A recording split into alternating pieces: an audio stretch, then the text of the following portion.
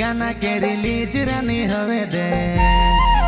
तोके थार में घुमाबू गाना हिट होवे दे मोर गाना